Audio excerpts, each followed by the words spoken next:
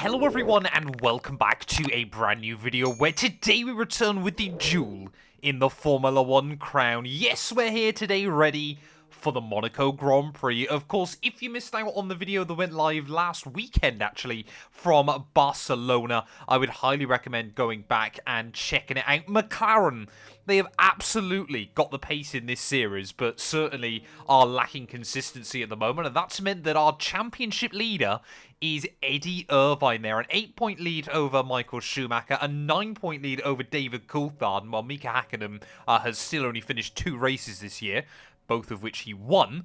We are, though, down to 9th place overall. You know, as your Barrichellos, your Alexander Wirtz slowly start scoring the points that we would be expecting from them. We're still just 2 back, though, behind Tyrrell, who I would really love to try and get the jump on at some point in the near future. But, of course, yeah, the first few races we did really, really well in. Last few races haven't quite gone our way. We've just missed out on points through strategy and lack of pace with the car. But I think we all know the Monaco Grand Prix, anything can happen here. So let's just get into it. Quickly though, before we get into this video, I want to thank all of the names you see on your screen. Without their continued support of the channel, none of the work we do here would be possible. And if you want to get your name featured on this list, you can click the join button or click the Patreon link down in my description below and support the channel from just £1 a month. You will also get access to weekly updates about everything going on behind the scenes, and also occasionally some early previews on videos. So yeah, a massive thank you to my YouTube members and my Patreon supporters, and let's get back to the video. Well, here we are then, qualifying day for the Monaco Grand Prix, and I can give you all the cliches you like, but we know just how difficult this one is going to be. We always say there's no room for error, and while this weekend that has really been upped to the extreme. I've seen a few AI running into problems in practice, as that is not the way you take Casino Square. But yeah, I mean, really, tomorrow the race is going to be an interesting one there. Will we see lots of chaos and carnage?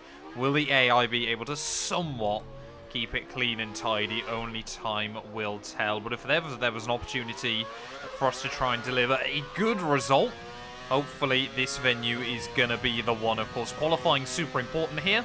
Want to be starting as high up the grid as you can be. There is so close to the walls. I know you got to get close to the walls anyway around here, but it really does feel like it's on a different level this weekend. As out through to back. Doesn't look like we're going to get any rain though, which is good. So we're not going to see a repeat of the 1996 race, where obviously only just 4 cars actually finished that one. But through the final couple of corners we go then. It's not been my greatest lap in the world, but it hasn't been too bad. There is a big wobble out of the final corner. Almost took us out of it. I believe we line up P16. Tomorrow, so make sure you join us then. Well, I'm a moron. I've just clicked past the end of qualifying. But it is Mika Hakkinen on pole, ahead of both Ferraris, then DC struggling. Before we get into that, though, I just want to thank today's video sponsor, IMB Racewear. I get asked all the time why I use gloves for sim racing, and truth be told, it saves you a lot of money in the long run. Yes, when you are using expensive steering wheels, it is really important that you have a pair of gloves that can protect the wheel from your oily, sweaty hands, and IMB Racewear have got some of the best gloves on the market. Of course, you can have the custom branded Matt 212 gloves or any other gloves off of their site. There'll be a link down in the description below, and if you use that, you massively help support the channel at no extra cost to yourself.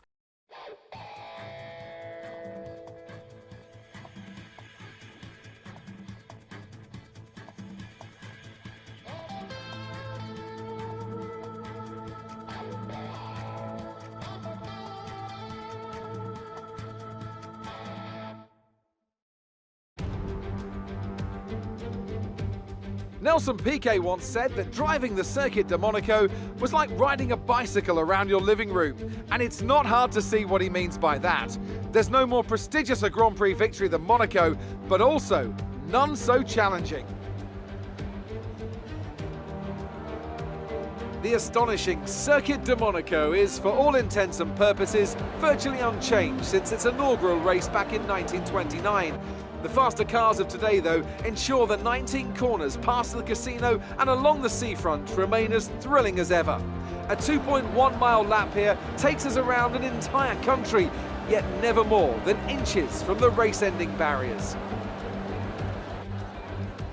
And as always, a man with plenty of racing experience joins me in the commentary box. Today it's Anthony Davidson. Tell me, Ant, you're no stranger to surviving the melee of turn 1. So how do you keep out of trouble when there's so much going on around you? There are three main things to worry about there, Crofty: positioning, awareness and discipline. First, you have to put your car in a bit of space and make sure you have room to react to what the others are doing. Then you have to watch your mirrors and listen to the sounds around you to get a sense of where everyone is. And finally, just don't get too greedy. Just because a gap exists doesn't always mean you should go for it.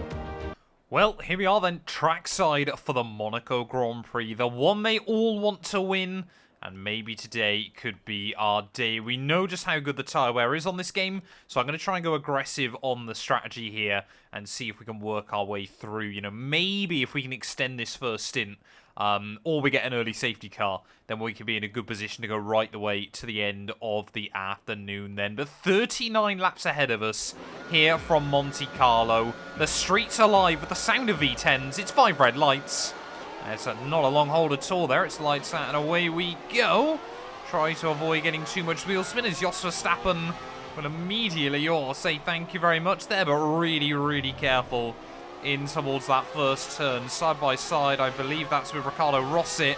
Well, as we make our way up the hill, try and make sure that we give each other enough room there, but yeah, actually a fairly calm start then to this race. Barrichello and Verstappen there just nudging as we make our way down the hill. Great. Well done, Rossi. Just completely turn across me then. And that now means that we've been... It'll need replacing if it takes too much damage. Check your MFD for a new strategy option. Well, I didn't know we'd even picked up front wing damage there, but apparently, yeah, we have nicked the front wing slightly. I mean, Monaco is a track you want downforce on more than any other, but I don't want to pit under green flag unless I have to. Well, the end of lap 1 then, it is Mika Hakkinen that still leads the way.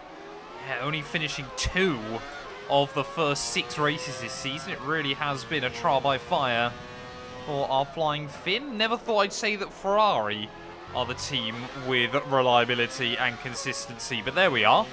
But yeah, we're down to P19 and the Arrows car clearly not looking like the one to have around this circuit, but I want to see if we can make some moves. Well, Marc Genet then already seemingly holding us up just a little bit early on in this race. Yeah, the front wing damage definitely doesn't seem to be costing me too much. It's down the inside wall. Look, what's the steering look like on this car? Actually pretty good there. So a little bit of a dive. Probably not the best time to learn how good the steering is. But of course, yeah, these old school cars much smaller than a modern Formula 1 racer, so we can do that a little bit easier. This might well be the hardest challenge I ever do on an F1 game. This car is just so slidey here. And obviously, we know, I've spoken about it so many times, but the damage model does not allow for any kind of error. You can't even nudge the walls like you normally can get away with on a modern F1 game. So, I mean, even if we just get to the end of this one, I'm going to be pretty happy. I'm a little bit scared to overtake Ricardo Rossi because, well, based on lap 1, not sure he's actually got eyes this weekend. Not that Ricardo Rossi was ever known for being a particularly good Formula 1 driver back in the day. Problem we've got as well, actually, is where we're running maximum downforce, as you would at Monaco. The AI don't do that, so we haven't really got any straight line speed. So unless we've got a monstrous run on someone, we're not really going to be able to do anything. We've kind of got to make up all the time through the twistier bits of the lap. Right, I reckon we've got to try and go for it down at the hairpin again, just like we did, whoa, on Marc Genet. Oi! Oh no, I've taken him out. Well, I'm going to claim a 5-second penalty for that. I mean, we'd gone to the inside of him, he did kind of turn in. It was very, very minor contact, as unfortunately, yeah, De La Rosa clearly has been roped into that. Unfortunately, we're not going to get a full safety car, though, because it could have given us an opportunity to get off these softs. Oh, Verstappen. Oh, a little bit of a wobble there. He'll try and block me off the corner. So around the outside into Upper Mirabeau. And look down the inside. Oh, we got to be careful. And yeah, clearly Jos as well saw what happened behind him last lap and will not cover the inside as aggressively. Oh, Verstappen again gets another wobble as we make our way down the hill. This time around, then we're going to dive our way to the inside of the Minardi. Sorry, the Tyrrell even, I should say. And we're up then and into P16 of the Grand Prix there, but yeah, Jos, you can't keep making that mistake through there and not expect me to capitalise at some point. Oh, rattling up against the Armco there with the rear wheel. I've got to try and find a way around Barrichello though, because I think if we can get round him, Nakano might be slightly easier to navigate. The problem is, if I go for a move, I've got to try and time it as well, because the last thing I want to do is then go straight into the back of Shinji in front of him. We get a nice run out of there. Stewart, though, is in a different league. Yeah, we'll try and go for an undercut then. I want to go, though, to the medium tyres to the end, so make sure we don't get done for pit lane speeding. I'm hoping the team aren't putting a new wing on the car either. Oh, it looks like they are. So that's the undercut probably gone then. And obviously we've got that 5-second penalty as well to deal with. So this is going to be an agonisingly long pit stop on this game. But it will mean, yeah, we've got a new front wing on the car for the rest of the afternoon. 13.4 seconds there. That is really not good. We're still going to be miles ahead of Marc Genet, which I suppose is a good thing. He's basically out of this unless we get a safety car. But 26 laps on this set of tyres. Receive a penalty for dangerous driving if you cross over into the track. Yeah, that's not going to be easy towards the end, but we'll give it our best shot. Well, Hakkinen has clearly broken free at the front of the field and is setting fastest laps repeatedly. However, we've just gone purple in Sector 2. These medium tyres are working beautifully for us, and we're just a few tenths away, actually. Well, I was hoping by this point of the Grand Prix we'd start seeing more of the AI into the pit lane, just to actually get some confirmation about where we might be running in this GP, but we've taken about 10 seconds out of Marc Genet, and Frentzen and Magnussen are getting closer and closer in front. Yeah, I really do feel like there might be a window for something this afternoon. Oh, there we go. More cars into the pit lane then. Jos Verstappen, Rubens Barrichello. So two of the drivers I was very close to then in this GP. Are we going to get the jump on the Stewart? Yes, we are. And actually by a good little chunk of time as well. There is new personal best of the day. Puts us a 10th away from the time Mika Hakkinen set earlier on. Come on, let's have this. Any more cars into the pit lane? Yes, they are. Shinji Nakano. So we're going to be back a bit of P14 then. I mean, it really just depends on what those AI that were really slow are doing further up the order. But yeah, as we cross half distance, we are still a little way away from the points. As looks like Nakano has stayed ahead of Barrichello behind me. Oh, having a look around the outside. Nothing there to go against young Ralph. But we are definitely getting closer and closer here, and we need to try and find a way through. Need to try and find a passage on the German. Again, though, down this straight, we're not really going to have much of a chance at all there. What I do love as well about this race so far is that, with the exception of the hairpin, we only ever go between about 2nd and 5th gear. There aren't many gear changes you actually have to make. Obviously, because the ratios back then were so long. Now, I'm sure, if I remember correctly, in the 90s, you could, in fact, change your gear ratios. So I'm sure they would have ran a much shorter box. But, of course, yeah, that's not possible inside F120 as we make our way through the final corner once again. We are so close to Ralf Schumacher at the moment. We're going to have to do it. I think we're going to have to do it. Down the inside at the hairpin on Ralf Schumacher. He turns in. There's a little bit of bumping and bashing, but this time around we get away with it. And a big drift across his nose off the corner there. So up into the unlucky P13. But again, as I said, points are right there. Oh, come on. We've got to find a way around Johnny Herbert. I can see Frentzen is really struggling in front. And he's kind of forcing Alex Wurz into a rear gunner position here. But I think Frentzen was one of the really early drivers to box over onto the hard tyres. He's now really trying to nurse them through to the flag. But yeah, you can see there's a couple of AI really, really struggling here. But we cannot find a way around Johnny Herbert. Right, come on, I've got to be close enough this time around on Johnny as we make our way down through Upper Mirabeau. Oh, down the inside, we'll have a bit of a dive. Oh, there's contact again, rather unsurprisingly. Herbert, though, really desperate not to give it up. We'll get a warning for it. And a big slide off the corner, but, I mean, it's the only place we can really go for moves this afternoon. So we've got to keep doing it, but I think Herbert just picked up a little bit of front wing damage. I mean, it shows you how much French is struggling at the moment with how quickly we've romped up to the back of him, and Wirtz there out of the final corner. Come on, we've just got to find an avenue. We've got to find a way by with 10 laps to go. Down the inside of Wirtz. Oh, there's a lot of wheel banging. Wirtz, though, realises it's probably not a fight worth having. Oh, no! He had a look back down the inside. Slow down and maintain a positive delta. Virtual safety car is deployed. And Alexander Wirtz, then, our third retirement of the day. Yeah, I must admit, might have cut across his nose ever so slightly there on the exit of the corner. I thought he'd fully backed out of it. I can only assume Frenson's quite happy he's struggling less than someone else in this GP, to be honest. And Magnussen really just has zero pace in that car at the moment. And you can just see, though. Let's have a look what the top speed is like in that Williams. You can see he's really, really lazy on the throttle. But still has got the speed down the straight. But yeah, Frenson just cannot get the car where he needs it in those corners. Oh, I mean, the problem I've got is I have to go for it here. There's nowhere else on the lap I can really go for a maneuver. New strategy is available on the MFD. As clearly Frenson's found a way to deal with it. Just try and turn across me. As we'll get down the inside, though, through the next corner. And finally, up into the points, then, of this afternoon's GP. We got a little bit of wing damage again. But it didn't cost us much in the first half, so hopefully it's not going to cost us much here either. Oh, come on. I really want to get past Jan Magnussen here. Once we've dealt with him, there's going to be really nothing left to do this afternoon here at Monaco. There's definitely no chance I'll find another 7.5 seconds to get up to Jacques Villeneuve. But very, very impressed with how well the tyres have hung on. Very impressed as well, actually, with how little the front wing damage has had an impact there. As Magnussen, a little bit of a wobble. He's going to try and squeeze me towards the wall. How on earth did we get away with that one? But we'll go clean around the outside of him. Through Upper Mirabeau there, down the inside of the hairpin. And we're now through and up, finally, into P9 then, of this Grand Prix. Now, let's just lock it down and make our way to the flag.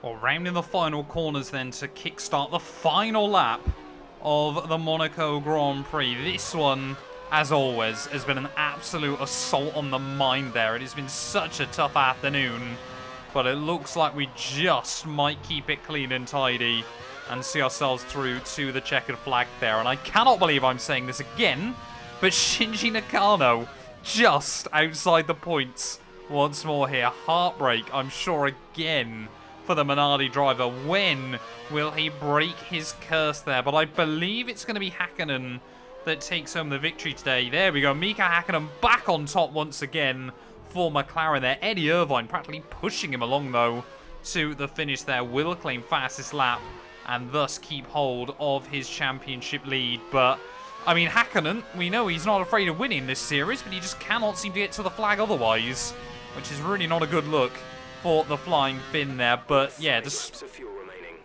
well, that's not really relevant. Despite the wing damage, despite the tyres starting to fall off towards the end, we have been able to keep the gap pretty stable to Jacques Villeneuve and Damon Hill there, further up the road as well. But as we make our way through the final couple of corners, we are finally going to return to the points in this series there. I think for the first time since Shanghai. You know, before that, isn't it Bahrain, I want to say.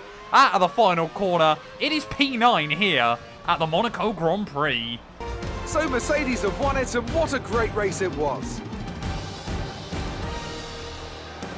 So Anthony, what made the difference out there today? I think that smart tyre management on track and very smooth driving definitely assisted in their victory today. That combination meant they got the absolute maximum out of their tyres at all times. And I can see the drivers starting to approach the podium for the victory celebrations. A real team victory today. Everybody played their part. Congratulations then to Mercedes, your race winners today.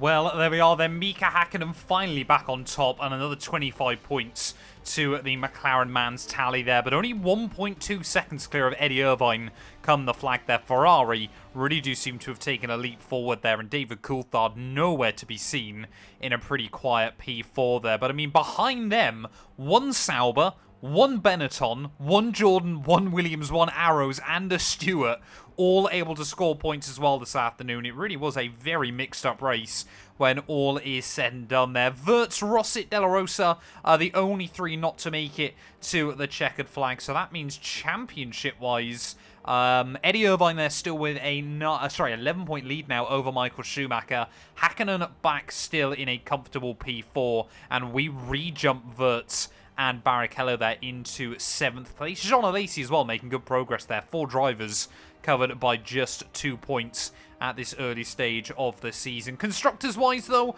obviously with that result as well, we re-jumped Tyrrell, so happy with that there, but I can't help but feel that Stewart and Sauber and probably Jordan are going to get the jump on us by the end of the year. Ferrari, a 31-point lead over McLaren as well, that they will be looking to try and hang on to for as long as they possibly can. But thank you all so much for watching this video. If you have enjoyed, please do make sure to leave a like, get yourself subscribed, and we'll be back very soon when the F1 1998 career mode returns, I believe, for the Canadian Grand Prix.